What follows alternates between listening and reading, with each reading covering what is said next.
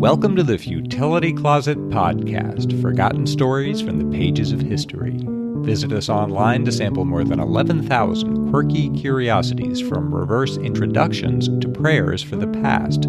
This is episode 320. I'm Greg Ross. And I'm Sharon Ross. John Hornby left a privileged background in England to roam the vast subarctic tundra of northern Canada. There he became known as the Hermit of the North, famous for staying alive in a land with very few resources. In today's show, we'll spend a winter with Hornby, who's been called one of the most colorful adventurers in modern history. We'll also consider an anthropologist's reputation and puzzle over an unreachable safe.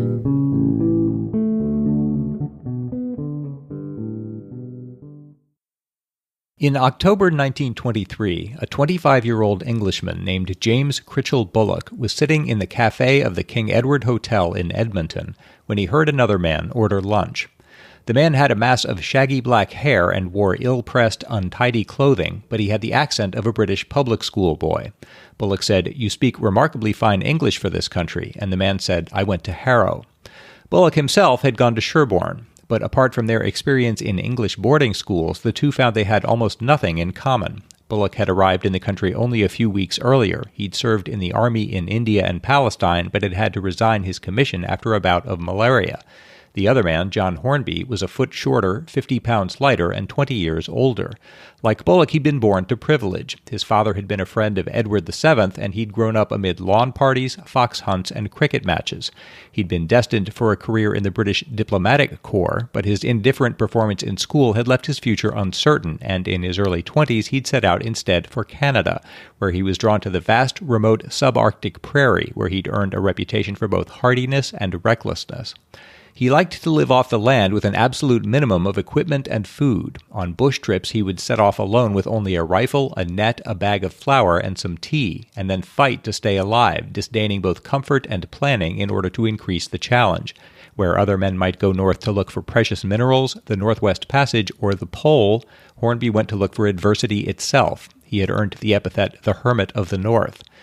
Despite these worrying traits, Hornby had an endearing nature and was hard not to like, and Bullock wrote to his brother, "For some unearthly reason he has taken a fancy to me." After a few more luncheons and some long walks, Hornby suggested an exploratory jaunt into the mountains near the border of Alberta and British Columbia. There he impressed Bullock with his strength, tenacity, and resourcefulness, and at length Hornby broached the idea of a journey together into the Barren Lands, the vast region of treeless tundra that stretched westward from Hudson Bay to Great Slave Lake in what today is Nunavut and the Northwest Territories. When Bullock asked why, Hornby said, "Because it's the only place that isn't overrun." They would travel north until the timber ended. Beyond that lay hundreds of miles of plains, broken only by rivers and lakes, many of them unknown and unmapped. Hornby probably knew that land better than any European explorer, and he'd seen only a tiny fraction of it. He described lakes, ice, bitter cold, and springtime flowers, caribou, foxes, and wolverines. He said, "You do everything by yourself and for yourself. You eat only when you're man enough to wrest food from the country. That's what my life has been, eating when there's nothing to eat, finding game when there isn't any." When Bullock asked why he wanted him, Hornby said, "Because you are a gentleman." Gentlemen, he said, had backbone. And, he said, "Not many men know how to starve properly, but I think you can be taught." Bullock reflected and decided to go. They planned to leave the following summer on a first-class scientific expedition, photographing wildlife, studying caribou, and collecting white fox furs, which should be worth tens of thousands of dollars. Among other things, they might become the first Europeans ever to winter in the Barrens. Hornby went to Ottawa and England to register their plan and see his family, while Bullock organized the equipment. They made an odd partnership. Bullock would need Hornby's knowledge and experience to survive on the Barrens, and Hornby would need Bullock's credibility and financing to get them there. Each was staking everything on a man he'd known only a few months. And even at this early stage, Bullock was getting glimpses of Hornby's eccentric personality. When Bullock told him he'd engaged an assistant to come with them, Hornby asked the color of the man's eyes. He said, "I won't go into the Barrens with any but blue-eyed men. I'll wager his are brown." Bullock said nothing, thinking that Hornby was only inventing an excuse to keep strangers out of his beloved North Country. But it occurred to him that his own eyes were blue. They agreed at last that the assistant, Jack Glenn, could bring his wife, and Hornby and Bullock would leave the two of them at the east end of Great Slave Lake to maintain a back camp with some of the equipment. They set off on June 24, 1924, traveling with a party of trappers to Fort Reliance on the east arm of Great Slave Lake, the gateway to the Barrens. They reached it on the last day of August. Glenn and his wife would stay here, with a cache left by the others, like a small log cabin on stilts. At Hornby's suggestion, Bullock left most of his scientific equipment here, planning to return for it once they were settled. Now they proceeded northeast on the Lockhart River to Artillery Lake, where the mist burned away one morning to reveal a dramatic border, trees on the western shore and emptiness to the east. They had reached the start of the Barren Lands. They camped here for a time, and despite the primitive conditions, Hornby seemed to feel he had come home. One day in October, after the first snow had fallen, he said, "People don't understand what brings me to this country, what holds me here, but you do, don't you?" Bullock, who was bloody from a day of butchering caribou, said, "Yes, I think I do. I can wake up in the morning here and know I have no troubles beyond keeping alive." Hornby said, Yes, that's it. If I could only stay in the Barrens, I should be content." The trappers began building cabins to spend their winter at the lake, but Bullock and Hornby set out now to travel further north, deeper into the prairie. Out there they'd be almost beyond reach of the others, who would need dogs to travel once the water froze. As they moved north, they began to consider what sort of winter quarters they might build. Their tent would not last them much longer. The nighttime temperatures were already plunging, and it was not yet November. But what kind of shelter can you build on tundra? The nearest timber was now 50 miles behind them. The snow here was too powdery to make an igloo, and there was no sod in this area, only sand, gravel, and moss. A stone hut was also impossible. All the rocks here were either too large or too small. Hornby had said disquietingly on the way up, "At worst we can enlarge a wolf den and live in that. I've done it before." But in the end they decided to dig a cave in an esker, one of the enormous ridges of gravel and sand that the retreating ice cap had left behind. They climbed atop one of these and dug a pit 10 feet long, 7 feet wide, and 6.5 feet deep, roofed it with canvas, and cut a trench at one end to serve as an entryway. When it was finished, they held a little dedicatory dinner, and Bullock made a speech. "In the name of all adventurous men who have looked upon this esker, and all others who have known the Barren Lands in its changing moods of snow and sun, storm and quiet, stranger and friend, and particularly in the names of John Hornby and James C. Critchell Bullock, I dedicate this cave." It was an odd dwelling for an odd pair. In this flat, dark, frigid country, Bullock had expected to find simplicity, but he found complexity in Hornby, whose unusual nature was still revealing itself. Bullock's diary calls him by turns puzzling, disgusting, irresponsible, tireless, superhuman, and profound. He left his dentures in a tin can with some dead mice and ate his food with a single incisor, using a pet spoon that he stuck in the sand by his bed. He cut steaks for dinner with the same knife he used to pare his corns and scrape fox entrails. He disemboweled wolf carcasses over his sleeping bag, indifferent to the blood and entrails. The first time this happened, Bullock said, "Your bed's going to be damp tonight," and Hornby had only answered, Yes, but I've slept on lots damper ones." But beneath all this, he was a scholar and a gentleman. He referred to women only with respect, he never cursed, and he would follow a wounded wolf for miles to give it a quick death. He seemed to relish hardship, but he knew everything about how to stay alive in this empty land. He taught Bullock how to make mittens warmer by stuffing them with caribou hair, how to store meat beyond the reach of wolves, and how to improvise sunglasses out of matchbox covers. Their shrinking days were filled with activity, visiting traps, skinning foxes, treating furs, butchering meat, catching fish, gathering fuel, sewing clothing, mending sleds, and cooking meals. Nights in November brought 16 hours of darkness. They slept well, but still had 4 or 5 hours of candlelight to fill each night. Hornby endlessly reread the same few textbooks they'd brought, and even the Edmonton newspapers they'd used to wrap their provisions. Bullock kept up his diary and composed letters he would never send. He wrote, "I am afraid Hornby has conceived the idea that I am mad for not being dramatically enthusiastic over this negative form of existence. But also, I should perish without him. As it is, I think I could endure here forever merely in the reflection of his own astounding energy." When the roof supports grew weak, they brought in supporting poles, which made it hard to move about the cave. At night, Bullock would lie listening to the howling of wolves and the rumble and crack of the earth itself. Later that month, Hornby went to Fort Reliance to get provisions and additional traps and to retrieve the cached weather instruments. He returned in mid-December with no equipment, few traps, and little food.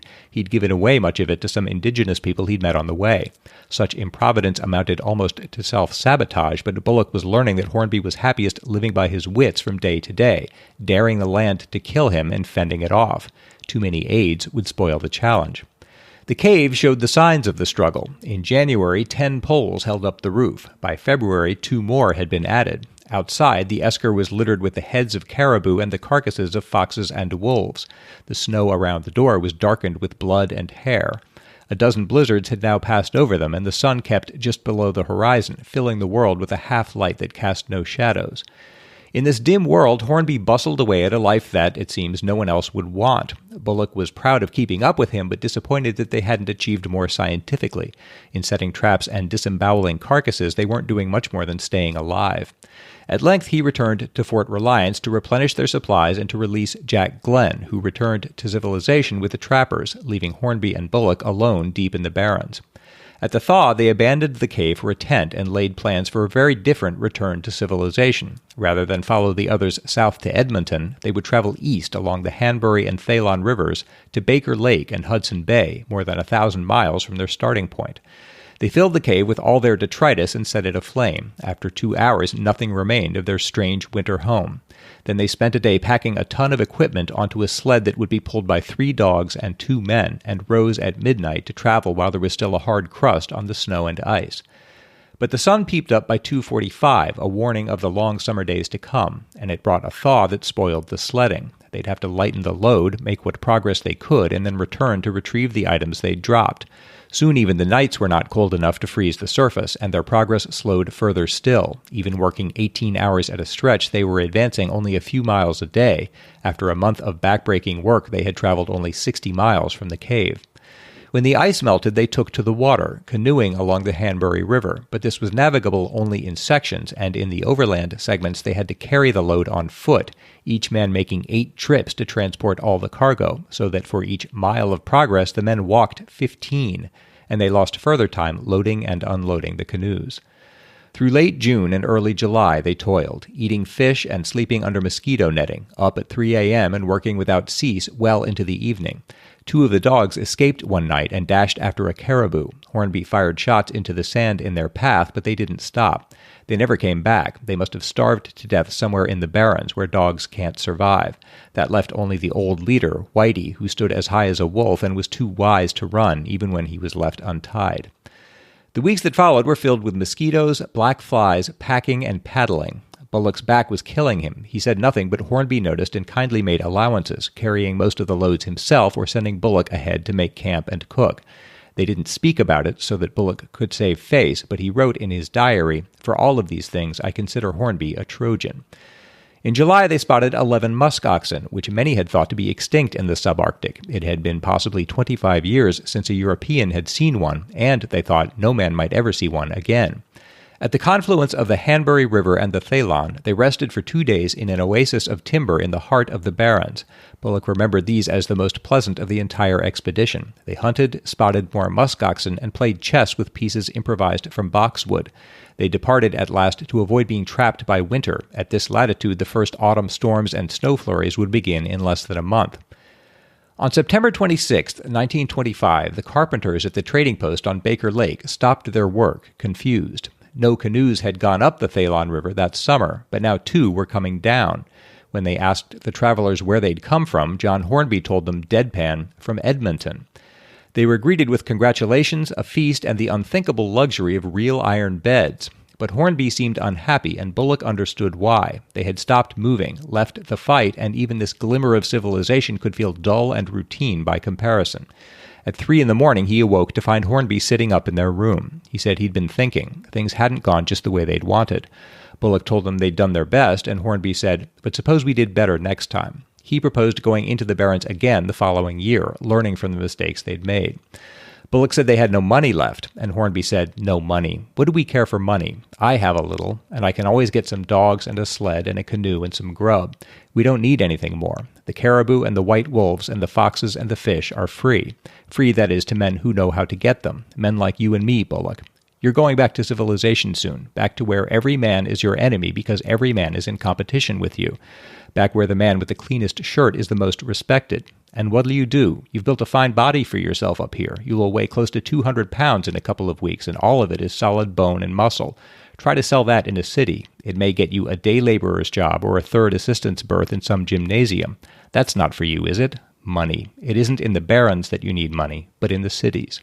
Bullock told him he had to recoup his fortunes first, and they both had to recover from the last 18 months. But Hornby said, "I belong up there, Charles. Maybe I'll find someone else."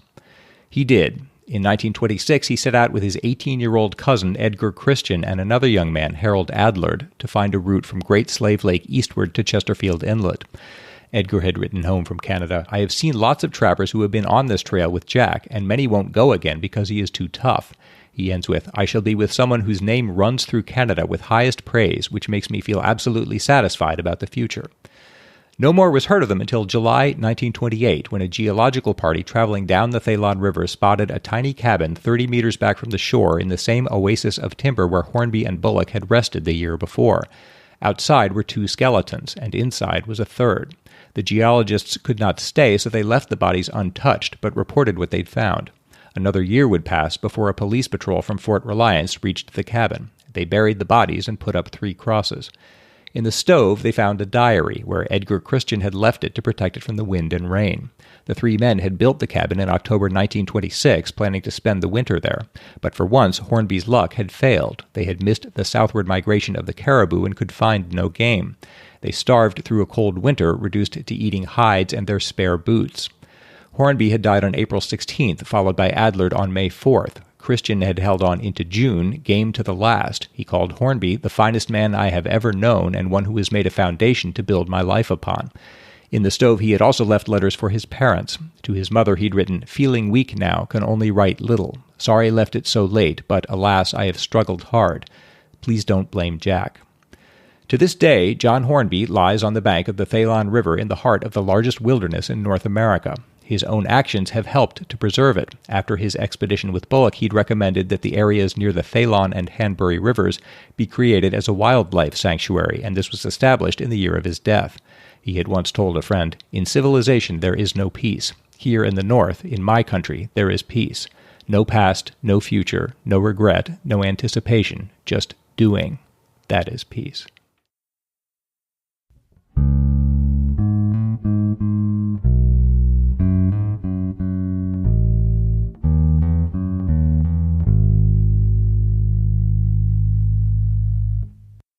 In episode 312, Greg told the story of Ishii, an emaciated and exhausted man who showed up outside of Oroville, California in 1911. He was discovered to be the last of the Yahi people, and with nowhere for him to go, 2 anthropologists at the University of California, T.T. Waterman and Alfred L. Kroeber, arranged for Ishii to live at the university's Anthropology Museum in San Francisco, where Kroeber was the museum's director. John Sneeden wrote, "Dear Sharon and Greg, I just listened to your podcast on Ishii, the last of the Yahi people. I am writing because I actually have a family connection to the circle of people around Ishii in his last days. My great-grandfather, Ned Kelsey, was living in the Bay Area of California at the time of Ishii's emergence. Ned had been a special agent for the lands and titles of the Indians of California earlier in the century. While I do not know how he became involved with Ishii, I do know that he met with Alfred Kroeber and Ishii many times. Ned's daughter, my grandmother, Mary Electa Kelsey, was a girl of 5 or 6 when she first met Ishii. He came to the Kelsey home. My grandmother remembered him clearly. She said that he was a kind and pleasant person. He dressed in the American style of the day, but he never wore shoes. Apparently he never felt comfortable in them. My grandmother recalls him singing a song for her. She never found out what it was about, but she always told the story with obvious pleasure. Thanks for giving me this chance to remember." While researching Ishii's story, Greg had come across a Charles Kelsey, who was a special agent for the Bureau of Indian Affairs and who had been involved in Ishii's case. I asked John if he knew whether Ned Kelsey and Charles Kelsey were related, and he said that his great-grandfather's first name was actually Charles, and he just went by the nickname Ned. That's an amazing connection. I know. I can't believe that. So we have a listener whose grandmother and great-grandfather knew Ishii. Yeah. Adam Orford wrote, I'm a long-time listener writing for the first time. Thank you for all the work you do to bring interesting episodes from the past to life. In your recent episode, The Last of the Yahi, you told the story of the man called Ishii and the anthropologist A.L. Kroeber, and near the close made the comment that today the headquarters building at the University of California is called Kroeber Hall. You may be interested to learn that this may not be true for much longer, or at least that the name of the building is the subject of ongoing debate at UC Berkeley. Briefly, UC Berkeley has an administrative committee that receives proposals to remove campus building names. In July, a group of faculty and students proposed removing Kroeber's name from the building. The thrust of the argument is that Kroeber was involved in what is now understood to be theft of Native American remains and burial items, a practice that is now illegal. They frame the story told in your episode as follows, that Kroeber also mistreated a Native American survivor of genocide whom Kroeber placed as a living exhibit in the university's museum. This proposal has generated some controversy within Berkeley anthropology, with anthropologist Nancy Shepper Hughes, who spoke at the Ishii reburial ceremony at Lassen, in particular speaking up for Kroeber. Although this proposal has been represented as an example of cancel culture, I see it more as a positive example of the necessary ongoing debate over the present meaning of the symbols of the past and the power of honorific names in the present. Our school has a robust process for making, commenting on, reviewing, and ultimately deciding on proposals like this. If Kroeber's name is removed, the next step is to decide on a replacement, and Dr. Shepper Hughes has also made a great suggestion on that score, Ishii Hall.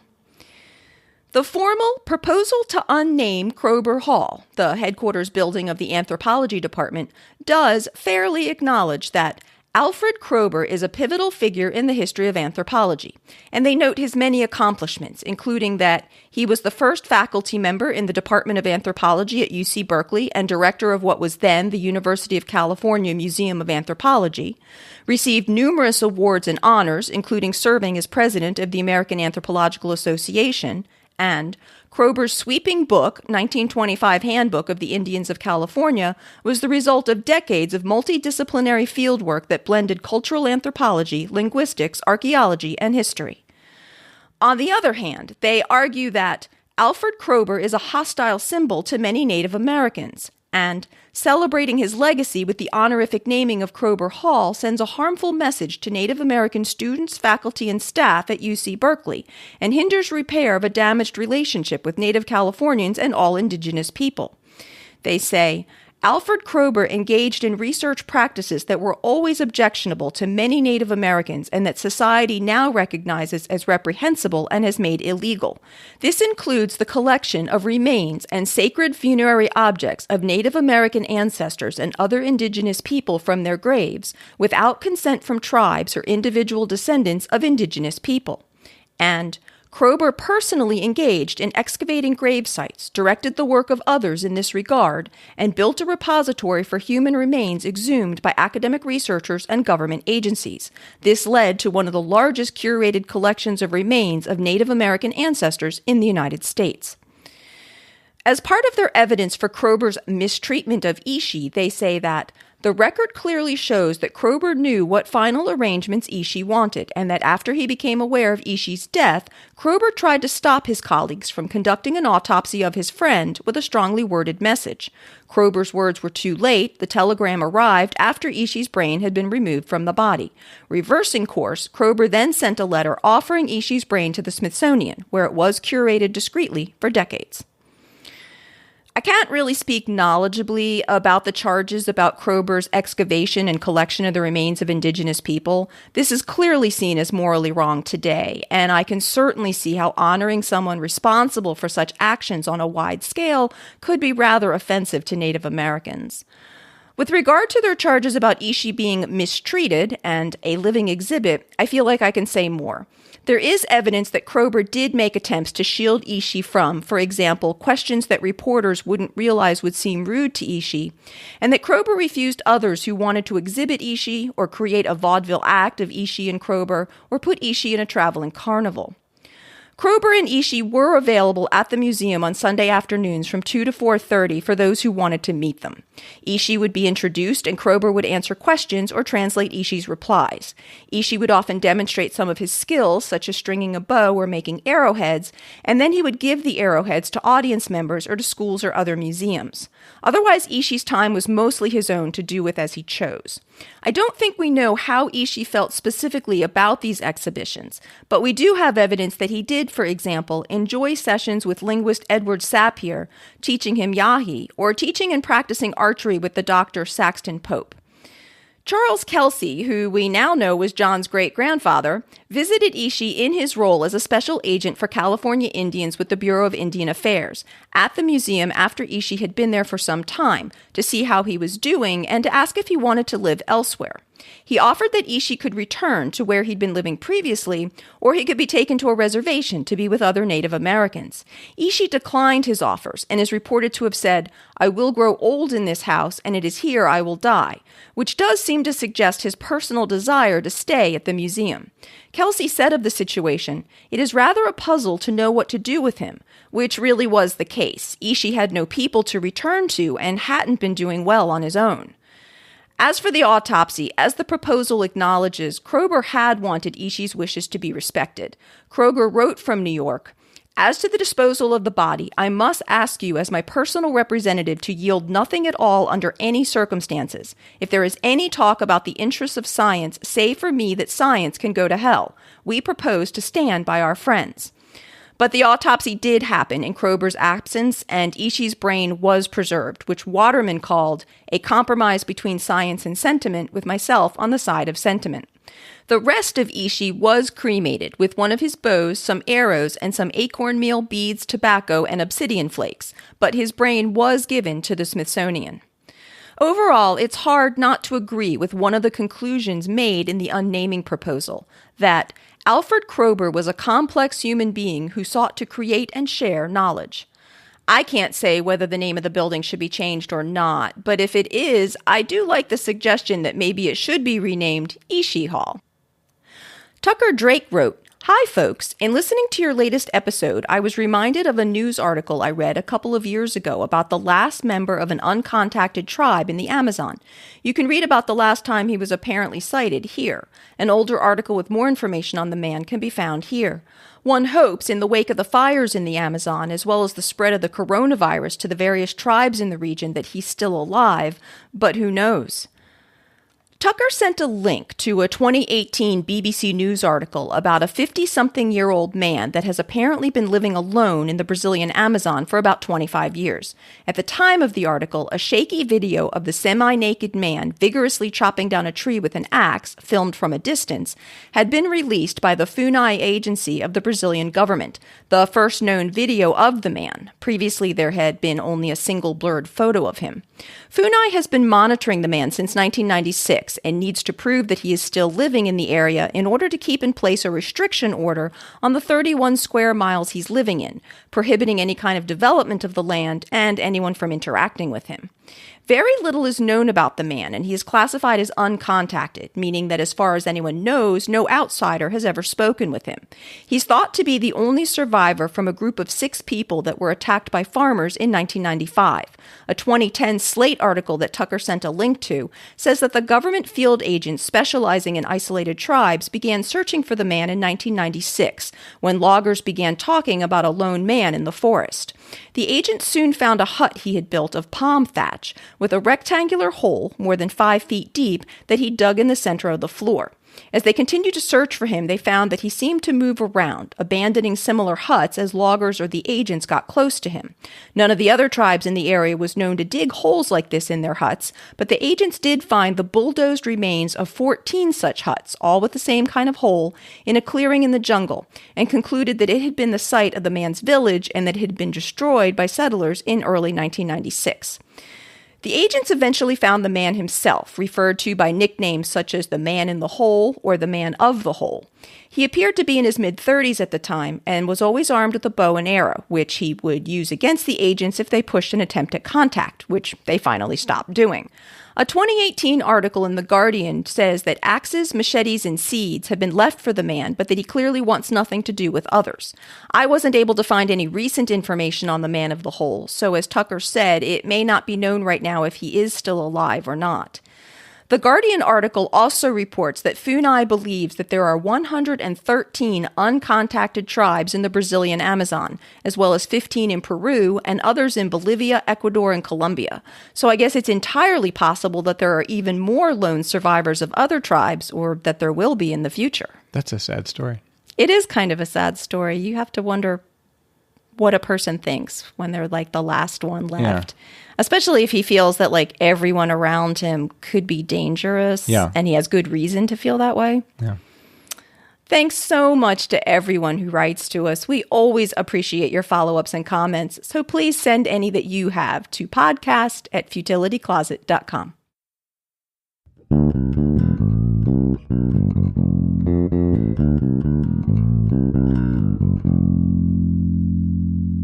It's my turn to try to solve a lateral thinking puzzle. Greg is going to give me a strange-sounding situation, and I have to try to work out what's going on, asking yes or no questions. In 1971, the European bank Femis Bank was suspected of illegal activity, but investigating authorities were stymied because they could not reach the bank's safe. Why not?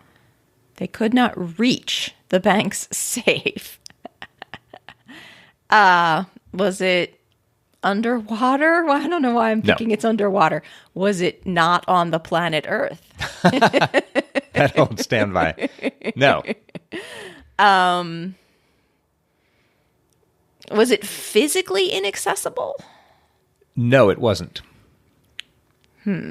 Was it protected, or would you say it was like protected or not guarded, but protected by something that made it dangerous or difficult to get to? No. Not surrounded by radioactive waste or something. But they could not reach the safe. Do you mean physically they couldn't reach it? No, I don't mean that. Okay. So, but they couldn't get to it, you would say. That's right. They couldn't physically touch it. Right. Right? He said carefully. Okay, 1971, so that cuts out some answers. Does it matter what country this is in? Yes. It matters what country this is in. Oh, was it someplace that you're not allowed to go? Like there are taboos or regulations about who's allowed to enter that place. Like it's like in a holy site and only certain people are allowed to go there, or that sort of thing. Like the way you've worded that, I'm going to say yes. Yes. Does this have anything to do with political or legal jurisdictions? Yes. So the police weren't allowed to enter because they're from the wrong geopolitical state or something, or the wrong nation, or the wrong nationality, or. Yes, that's true. I'm trying to think. How is this like in Vatican City, for example? No. But something like that, like it's in something it's governed by a different set of laws than like the surrounding area. Something yes like and that? No. Yes That's the first time I've ever said that. You're on the right track. Okay, should I try to guess what country this is? No, because that'll take forever. So what country is it? You said it's European. Yes. I'm trying to think what I can tell you. Well, but the safe is in Belgium. The safe is in Belgium, but the police are from a different nationality? The police are not Belgian? Basically, yes. I'll just give it to you. You're never gonna guess the actual truth. The municipality of Barlen-Nassau lies in the Netherlands, but contains nearly 30 Belgian exclaves, known collectively as Barle-Hertog. Femis Bank occupied a building that fell on the border of one of these exclaves so that its counters lay in the Netherlands, but the safe lay in Belgium. Legally, the Belgian tax department could not pass the counters to reach the safe, and the Dutch authorities could pass the counters but were not allowed to touch the safe. So the border, at least as I'm picturing this, goes right through the middle of the room. What did they do? They finally solved this by making a joint effort, investigators from each country searching their respective parts of the premises. Themis Bank was declared bankrupt in May 1992 after investigations into the laundering of drug money. But it took 20 years. Yeah. And I don't know this, but it sounds as if it's at least possible that they chose this place specifically for that reason, that there's a line through the middle. Oh, really? I don't know that part. Because but it sounds like it couldn't be a coincidence. That would make law enforcement confused. Yeah. We are always on the lookout for more lateral thinking puzzles, so if anyone has a puzzle they'd like to send in for us to try, please send that to podcast@futilitycloset.com. Futility Closet would not still be here if it weren't for the generous support of our listeners. If you'd like to become one of the awesome supporters of our show, please check out our Patreon page at patreon.com/futilitycloset or see the support us section of the website at futilitycloset.com. While you're at the site, you can also graze through Greg's collection of over 11,000 compendious amusements. Check out the Futility Closet store, learn about the 2 Futility Closet books, and see the show notes for the podcast with links and references for the topics we've covered. If you have any questions or comments for us, you can email us at podcast@futilitycloset.com. The music in our show was written and performed by my very talented brother-in-law, Doug Ross. Thanks for listening, and we'll talk to you next week.